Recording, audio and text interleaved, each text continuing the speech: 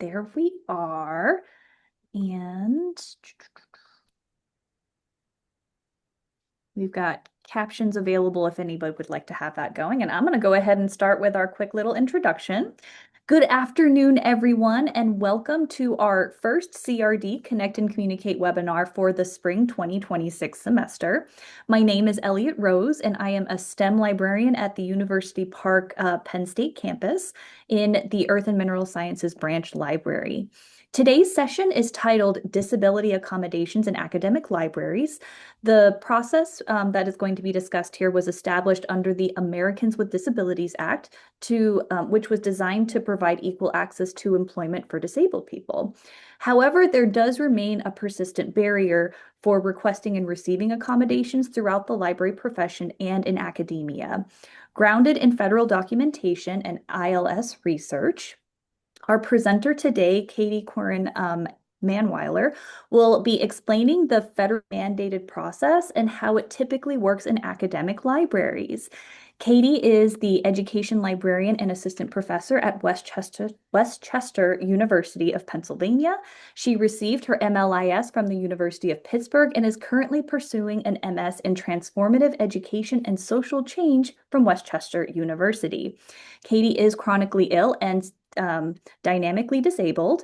Her scholarship focuses on improving disability inclusion in libraries and higher education by building disability communities and addressing disability misconceptions and creating accessible work environments. For today's presentation, you only need a headset or speakers, and we encourage you to ask questions in the chat box at the bottom right corner of the screen throughout the discussion. We are recording today's session, and once it has been captioned, it will be uploaded to the PALA Connect and Communicate blog page. This session has been brought to you today by the Pennsylvania Library Association and the College and Research Division's Connect and Communicate series. If you are interested in being involved or learning more, please contact me or let me know. And I am now done talking, and I'm happy to let Kate go ahead and go. Thank you, Elliot, for that lovely introduction. Hi, everyone, and welcome to Disability Accommodations in Academic Libraries. I appreciate your patience as I sound like this. I have asthma and a toddler in daycare, so I spend a lot of the winter sounding like this. So I might have to pause and mute to cough. But today, we're going to be talking about, like Elliot said, the ways to navigate the disability accommodations process in academic libraries. The slides, a full transcript of my script, and additional resources for this presentation are available at tinyurl.com/ccs-accomm. Please feel free to follow along with the slides or this transcript in whatever way works best for you. So as Elliot said, my name is Katie Quirin Manwiller. I'm the education librarian and an assistant professor at Westchester University. My commitment to disability advocacy is rooted in my lived experience as someone who is dynamically disabled, meaning the severity of my disability varies over time. In particular, I do a lot of work around employee accommodations. I've given talks on and written about disability accommodations for library workers in a number of settings, and I'm really excited to bring my knowledge to the CRD today. I'm also very active in my union, the Association of Pennsylvania State College and University Faculty, and elsewhere on my campus, working to improve the accommodation process throughout the Pennsylvania state system of higher education. Today's presentation is based on the federal documentation about the accommodations process, scholarly literature on disabled library workers and academics, and personal experience. The easiest way to reach out to me is via email, and please feel free to reach out after you watch this, if you have more questions. Now, our goals today are to understand the basics of your rights to a reasonable accommodation, learn how to navigate the process and identify potential barriers in your workplace, and know where to access resources to support an accommodation request. But let's begin with some context on the Americans with Disability Act and disability in American workplaces. So our understanding of disability in terms of employee protections comes from the definition created under the ADA. This quote is from the ADA National Network. Quote, the ADA defines a person with a disability as a person who has a major physical or mental impairment that substantially limits one or more major life activity. The ADA also covers someone who has a history of disability, even if they don't currently have one, and someone who appears to have a disability to others. But the key to employing employee accommodations is the impairment impacting one or more major life activity. The ADA Amendments Act of 2008 emphasizes that this definition should be interpreted in the broadest terms possible. It expanded the definition of major life activities beyond the way a person interacts with the world to also include how their body itself functions. This means if a person can complete daily life activities like bathing, walking, and working, but has bodily symptoms that don't function correctly, like my respiratory system, they still meet the definition of disability. In libraries and much of American society, we view disability in very limited terms and often think it only includes wheelchair users, deaf or hard of hearing folks, or blind individuals. But the legal protection goes far beyond this cultural assumption to include asthma, cancer, diabetes, epilepsy, heart disease, migraines, complications from pregnancy, thyroid gland disorders, and more.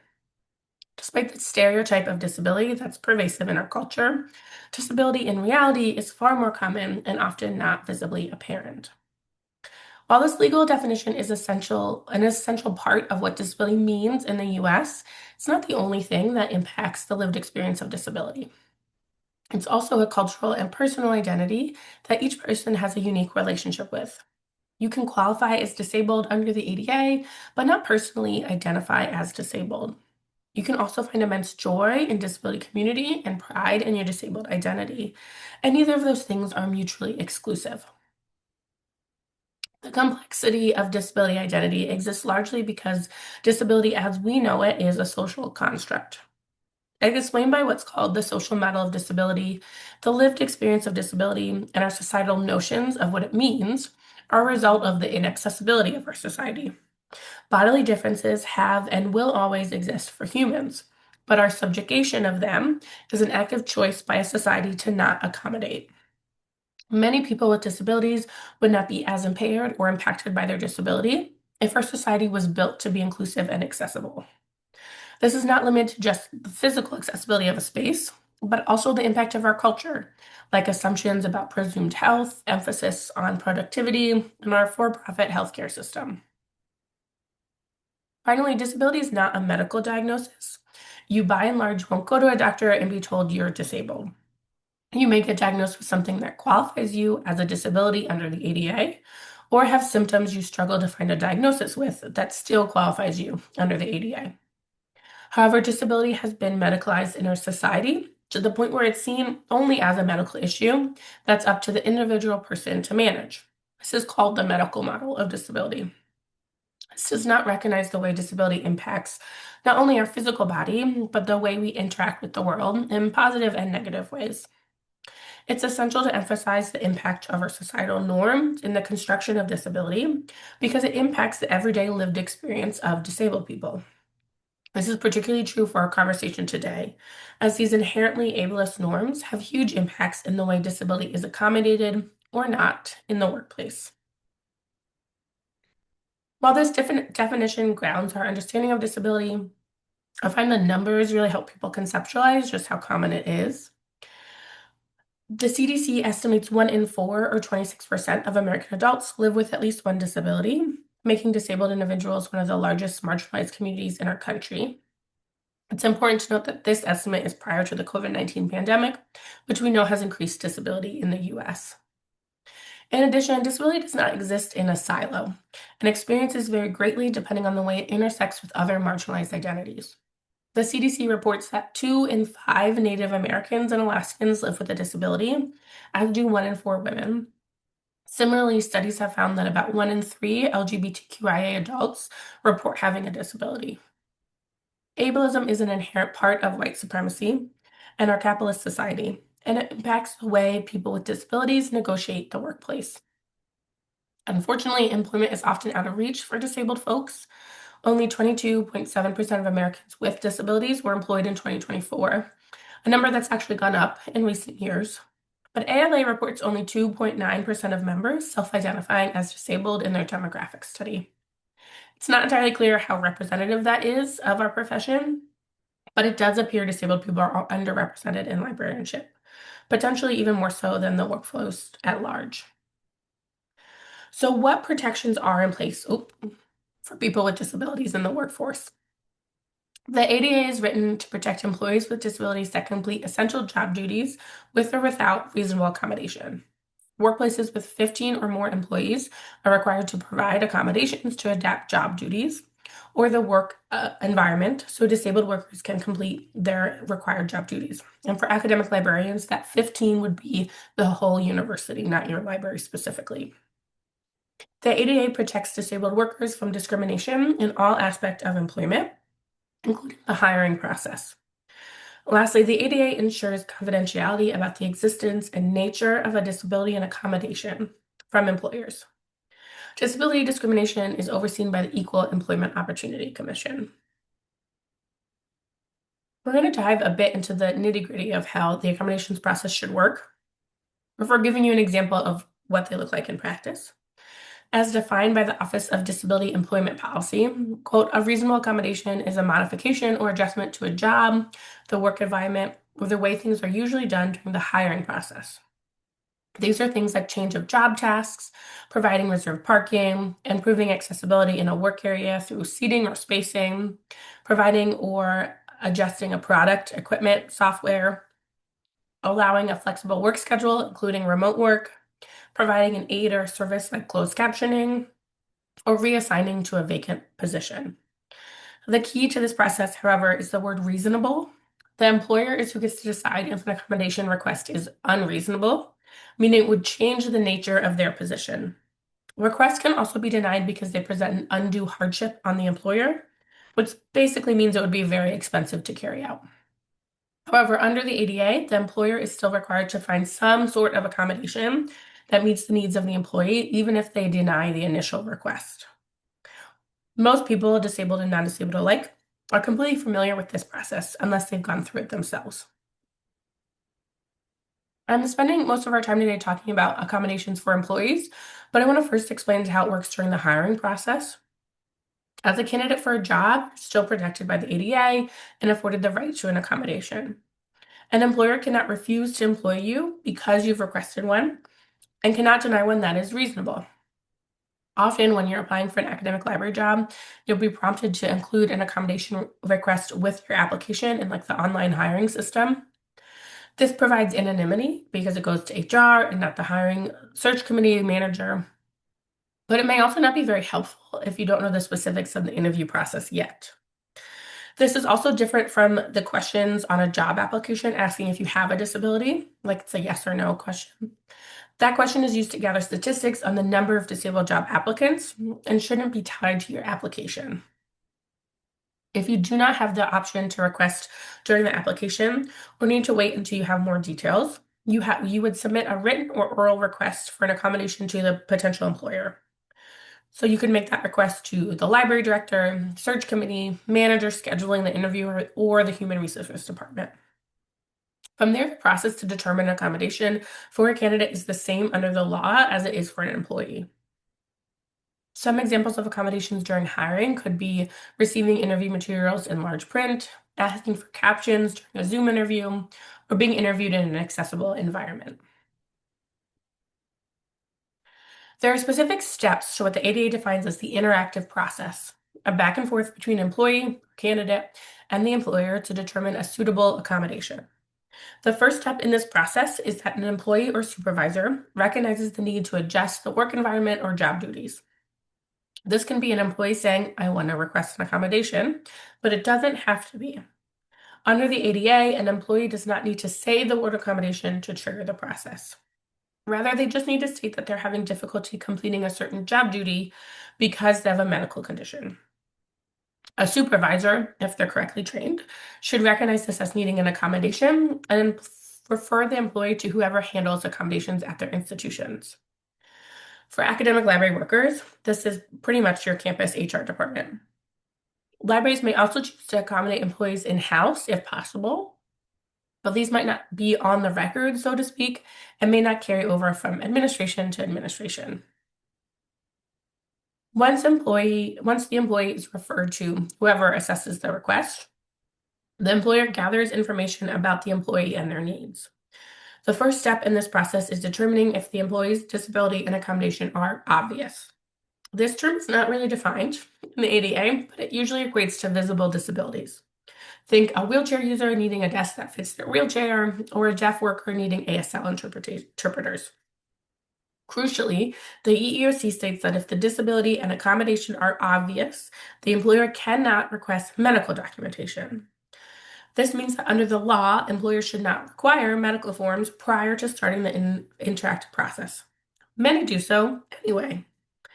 It also means there's no requirement under the law for medical documentation to receive an accommodation. Since this is one way formal requests get really burdensome, I'm going to explain medical documentation in more detail on the next slide. After providing documentation if needed, the employee engages in a negotiation process with their employer to determine what sort of accommodations to implement to meet their needs.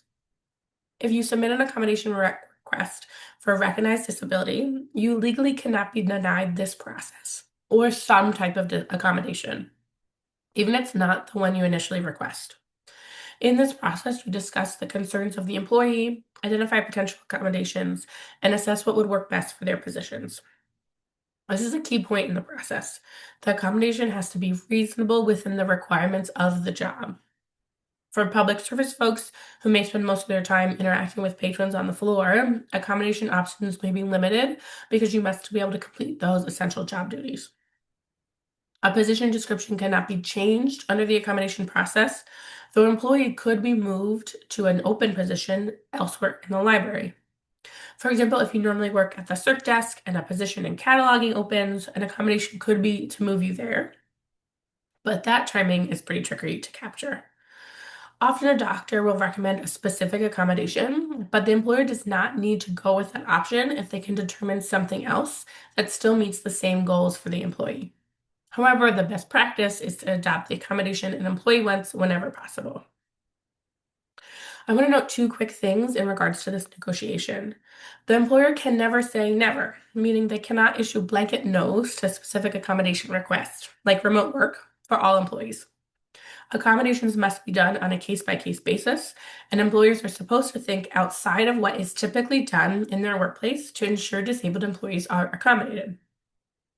In addition, the impact of your commute on your disability counts as a barrier to work that can be solved with an accommodation, like remote work. There's been case law with EEOC lawsuits that have confirmed this, but many employers, including my own, will try to say that the only thing that counts during the accommodations process is your on-campus workday. That's not true. Once an accommodation is determined between the employee and the employer informs the employee's supervisor, who must keep the accommodation confidential unless knowledge of the disability is inherent to the request. So, for example, if your accommodation is what to do if you have a seizure, your coworkers need to know that you have seizures to carry out your accommodation. Outside of those instances, employers and supervisors can't disclose that you even have an accommodation because that discloses that you have a disability. It's up to the employee to decide if, how, and when they will disclose their disability or accommodation to coworkers. If a supervisor is asked by another employee about the accommodation, like why does that person get to work from home sometime now or get a new chair, the supervisor can't state that it's because of a disability accommodation. Their response should be something along the lines of, we make individual adjustments as needed to support our employees' work, but prioritize their privacy. Lastly, the accommodations are monitored, meaning the employee spends some time adapting to the adjustments to see if it fulfills their needs. If not, you can go back through the process to change or add additional accommodations. Or if you only are temporarily disabled, the accommodation would be removed if it's not needed anymore. Unfortunately, employers often use this step as a way to create further barriers to the process by, requiring regular recertification, even of permanent disabilities. If you just heard a thump, my cat is freaking out at the door because it's closed. I'm sorry. Okay, for medical documentation, that recertification that I mentioned falls under this medical documentation required for an accommodation. Most employers will require medical documentation that confirms the employee has a medical condition qualifying as a disability under the ADA. That disability prevents them from adequately completing their job duties and recommends accommodations that support their work. This most often looks like an HR department having standardized forms that they require all employees requesting accommodations to have their medical provider complete. The medical provider doesn't need to be an MD, but can be any professional medical provider caring for the disability you're requesting to be accommodated. So that can be physical or occupational therapists, nurse practitioners, social workers, psychologists. Ideally, you would be able to access these forms to take with you to your appropriate medical provider when discussing an accommodation. Sometimes these forms will ask fairly detailed medical questions, including how you were diagnosed and what evaluation criteria you were diagnosed with. This is to confirm that you qualify as disabled under the ADA, but is not required by law. Your employer is also allowed to contact your health provider directly to discuss your disability and how it is best accommodated. Per the EEOC, the employer must have you sign a waiver agreeing to them asking a specific set of questions. This means they cannot ask you to sign a blanket waiver allowing them to contact your doctor. That is not legal. Lastly, medical documentation is not legally allowed to ask your genetic information.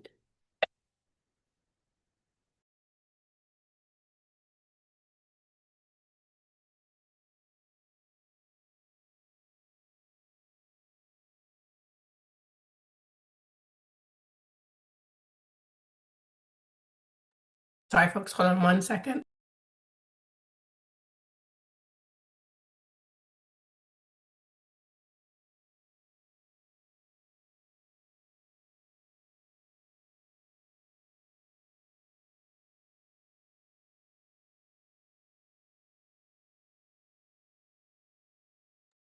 Okay, got another cough drop. Hopefully that'll be okay. Um, so that genetic information also includes a full medical history or any genetic testing underdone by you or a family member. There we go. Okay, to illustrate how this process works in practice, I'm going to share my experience navigating the accommodations process twice at my workplace. When I started my current position in late summer of 2021, I immediately submitted an accommodations request for partial work from home. Having worked from home quite successfully for over a year, I knew it made it significantly easier to manage my chronic pain and fatigue. My doctor wrote a detailed letter explaining why partial work from home was necessary for me.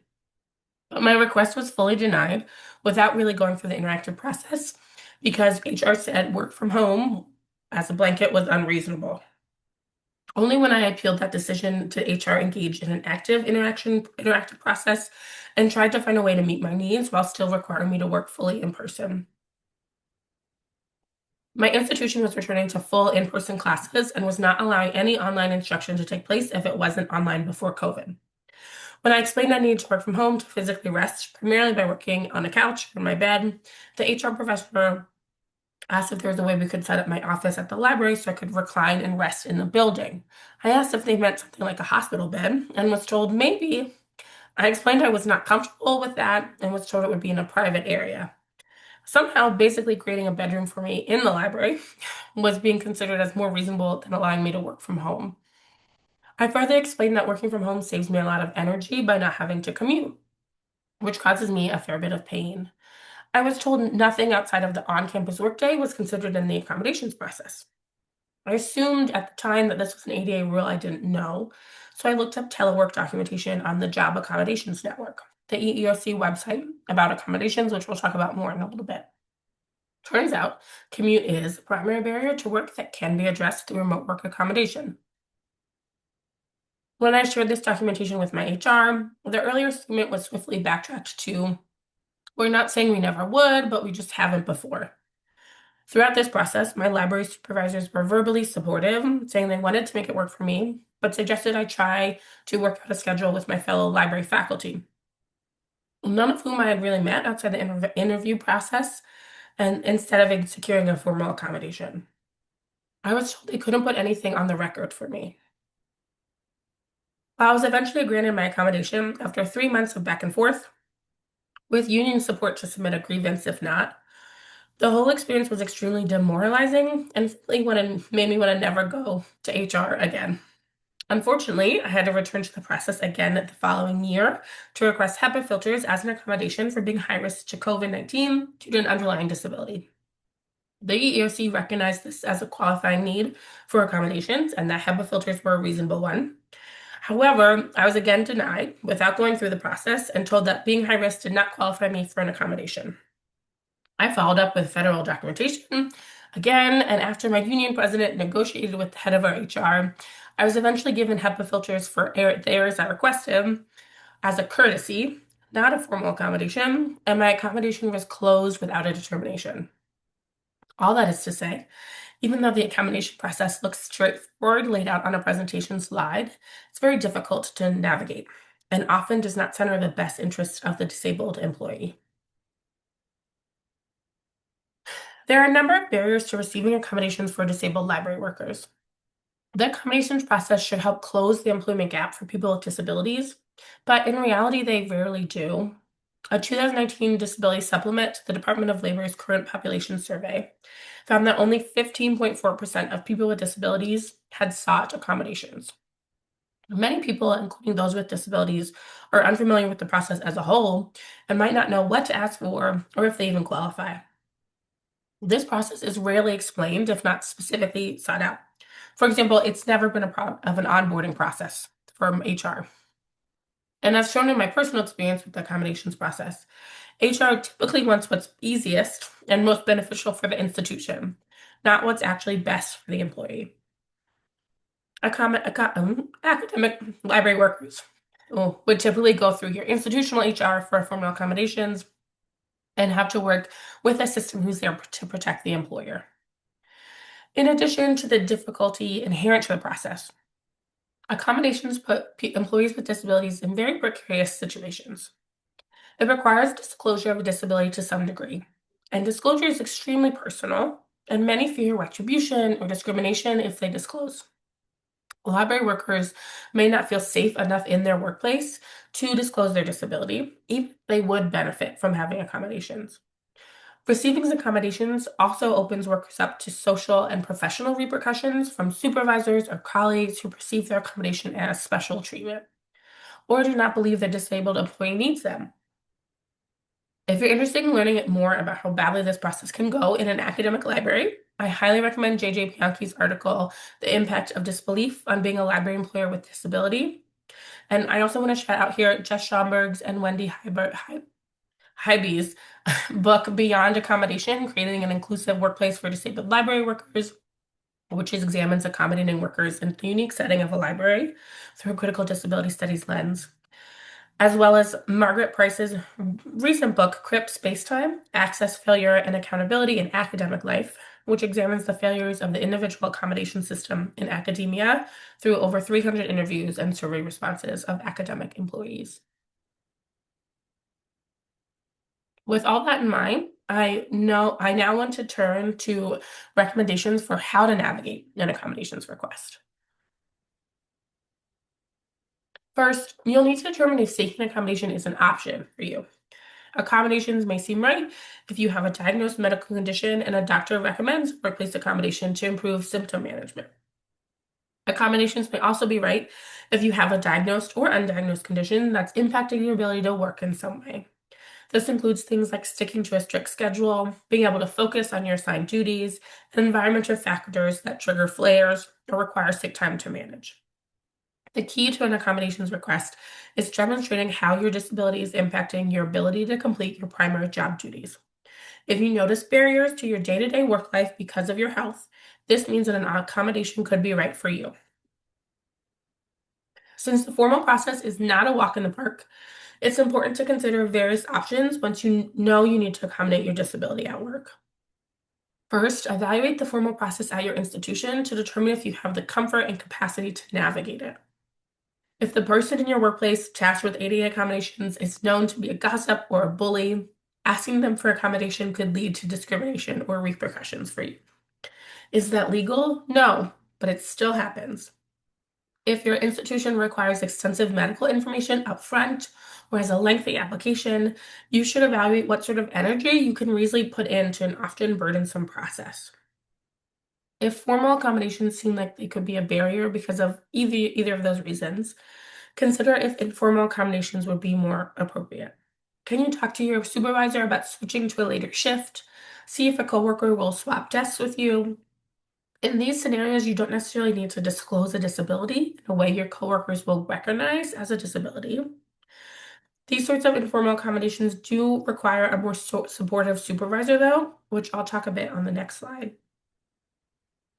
Because these barriers to formal and informal accommodations, many disabled people choose to self-accommodate. This is finding ways to adjust your work environment to meet your needs. Can you bring in a HEPA filter, add a lamp to your office, purchase more soft clothing to make yourself more comfortable?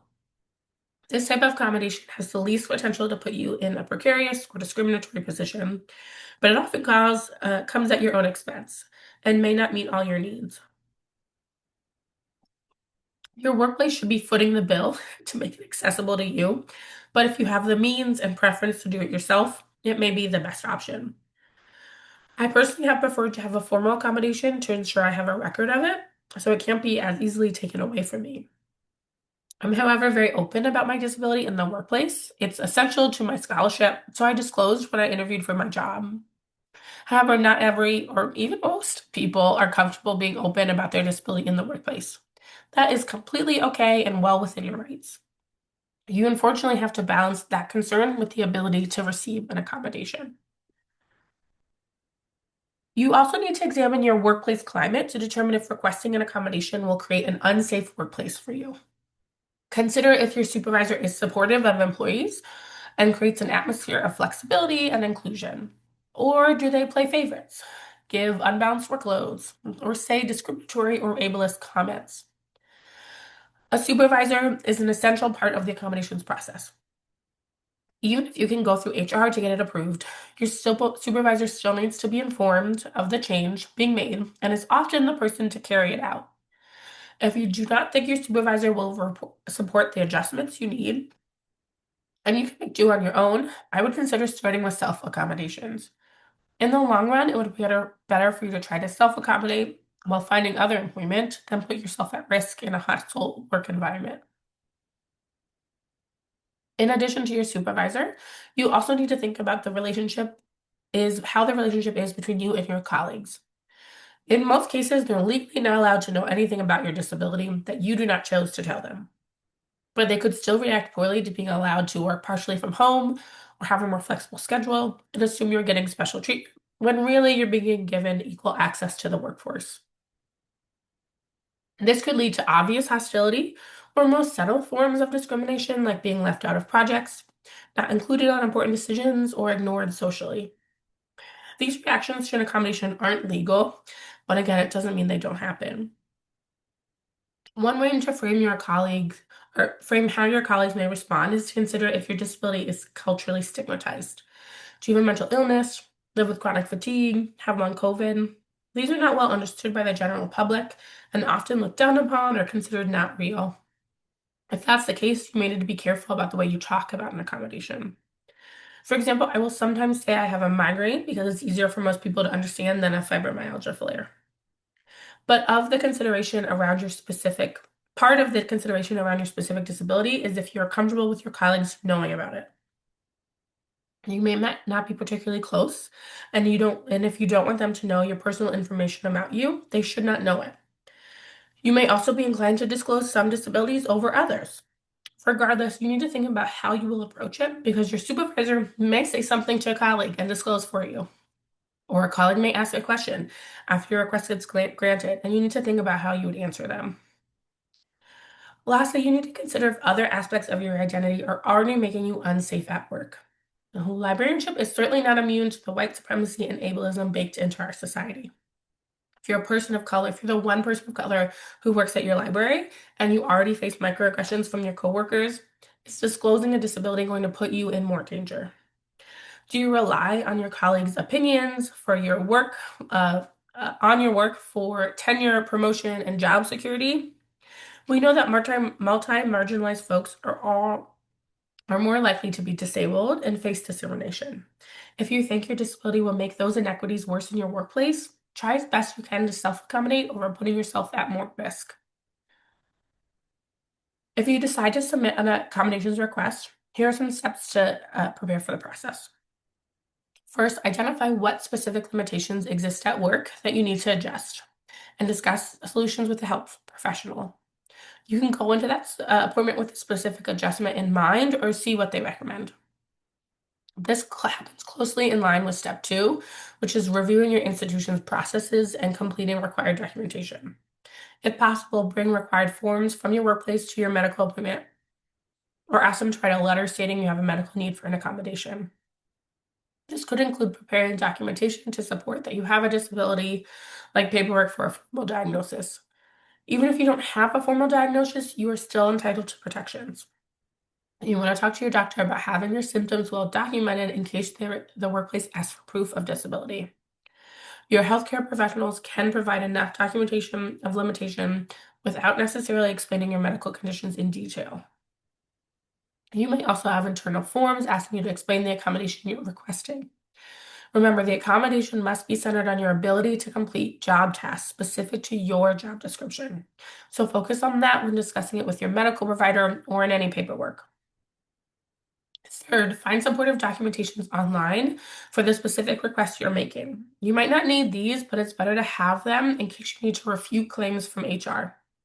And I'm going to go over a few, but the keys you want to look for are the Job Accommodation Network, Equal Employment Opportunity Commission, and national foundations or support groups for your specific disability. Fourth, identify any potential advocates in your workplace who can be present during the interactive process. It's very helpful to have a third party there to take notes during the meeting, and if you anticipate the interactions with HR or the implementation of your accommodation to be hostile or potentially discriminatory. This could look like a really supportive supervisor, your employer's ADA coordination, which is required for workplaces with 50 or more employees. And this person may or may not be in HR or a union representative if you have one. If you are a union member, know that your workplace is not legally required to allow a union rep in an accommodations meeting, but they may be willing to do so anyway. Fifth, document everything in writing to the best of your ability. If this means sending emails after meetings to summarize what was discussed, do so. If you experience harassment or discrimination due to your disability or accommodation, detailed documentation of it. When it occurred, what occurred, who was involved, etc. If this gives you a record to work from if need be. Lastly, I just want to quickly point out FMLA, which can be a better option depending on your disability. You can do intermittent FLA for episodic disabilities, ones that have periodic and unpredictable symptom flares like multi-day migraines. This basically serves as extra non-paid sick time. You can also use FMLA to go on reduced hours, like to slowly return after a medical event. But you only get the set 12 weeks of leave per 12 months. So intermittent FMLA will need to be balanced with other longer leaves or family needs. With all that in mind, I want to turn to recommendations for how to successfully navigate requests and get resources for them. First is the Job Accommodation Network, or JAN. It's the website from the EEOC dedicated to understanding the accommodations process for employees and employers. It's available at askjan.org. JAN has extensive documentation, including an A to Z guide to accommodations by specific disability, limitation, and work function. So disabled librarians and supervisors alike can identify reasonable accommodations. It details each step of the interactive process with best practices to make it more inclusive, examples of each stage, and sample forms to support requests. I used documentation from JAN each time I had an appeal an accommodation denial, and I truly believe the documentation was essential to getting my request approved. Lastly, JAN has a live chat or call feature for questions about accommodations. I have a number of JAN links. I use them a lot for the basis of this presentation, but there's even more on their resources handout. That's in that Google Drive folder. In addition to JAN, the PA Regional ADA National Network and EEOC offices have ADA FAQs, training on the interactive process, and implementing accommodations. The ADA National Network has ADA specialists to answer compliance questions, and the EEOC Philadelphia District, which covers all of PA, but they also have an office in Pittsburgh. Those offices are where you would file discrimination complaints if you need to. Next would just be Disability Rights Pennsylvania. The ADA mandated that each state have an organization dedicated to protecting the rights of disabled citizens. They handle problems or questions specifically related to disability, and they can pursue litigation to protect civil rights if needed. Lastly, there is a Disability Rights Bar Association if you would ever need the services of a lawyer who specializes in disability rights. Sometimes a certified letter from a lawyer might be enough to push an employer to follow the law. Additionally, some kind of general tips going into the process. First, do not assume that HR is the expert on ADA or the accommodation process, and don't give up if you're initially denied. Be prepared to push back and try again if your initial claim is denied. Also, go into the process understanding that it could take weeks or months. Even if HR seems receptive in initial requests, it could still take a number of meetings to hash out the details. It may be quick and easy, but err on the side of caution and be prepared for it not to be. Have written documentation for everything you can and come as prepared for the interactive process as possible. Be ready to explain exactly how your job is impacted and why that specific accommodation and not others will be the solution. Include documentation on why that accommodation is a reasonable solution to your specific limitation. And remember that's likely that your HR will ask your doctor to fill out paperwork. You also do not have to disclose every qualifying disability, just enough information to provide evidence for your request. And lastly, if possible, find someone to provide support at work or in your community during this process. This could look like a formal advocate to attend meetings with you, but can also just be friends who provide emotional support during a process that can be really draining. For supervisors, it's essential that you understand how accommodations work at your institution. You likely were not trained on this either, but it is your responsibility as a supervisor to guide employees through it. Talk to your HR, ask how the process works. If there isn't a really formal one, work to create one so you can provide all employees with documentation. Not everyone who's disabled will appear to be so, and disability changes over time. All employees need to understand this process to access it when needed. In addition to having documentation, you should provide regular training on these processes to employees. It should be part of onboarding, and it's helpful to repeat with brief trainings periodically. That also serves to destigmatize the process for non-disabled workers and will hopefully cut down on discrimination. Lastly, incorporate inclusive workplace practices to prevent the need for accommodations. The University of Arizona has an excellent guide on incorporating universal design into the workplace, which revolves around flexibility in when, where, and how work is performed. When you build in flexibility for everyone, like options for remote work, flexible start and stop times, minimal dress codes, you make your workplace more accessible for everyone. Lastly, as supervisors, your efforts to provide an equitable workplace for disabled library workers goes beyond just the federally mandated minimum of ADA compliance. Disability should be incorporated throughout your diversity, equity, and inclusion planning, including training on disability inclusion and anti-ableist practices for your employees. It's also essential that you have a robust accessibility policies that are clearly stated, ideally on an accessibility page on your website, for both your patrons and staff. This would explain the physical accessibility of your building, highlight accessible resources you may have, and explain how to request assistance. I'd like to end my talks with this phrase from the disability rights movement: nothing about us without us. Disabled people know what's best for themselves. If you're looking to improve inclusion and accessibility in your library, or to evaluate how successful that currently is, turn to disability experts in your community or the library field to provide the essential knowledge that comes with lived experience. And now I'd like to open up for questions. I know there's a number of chats that I have not looked at yet. So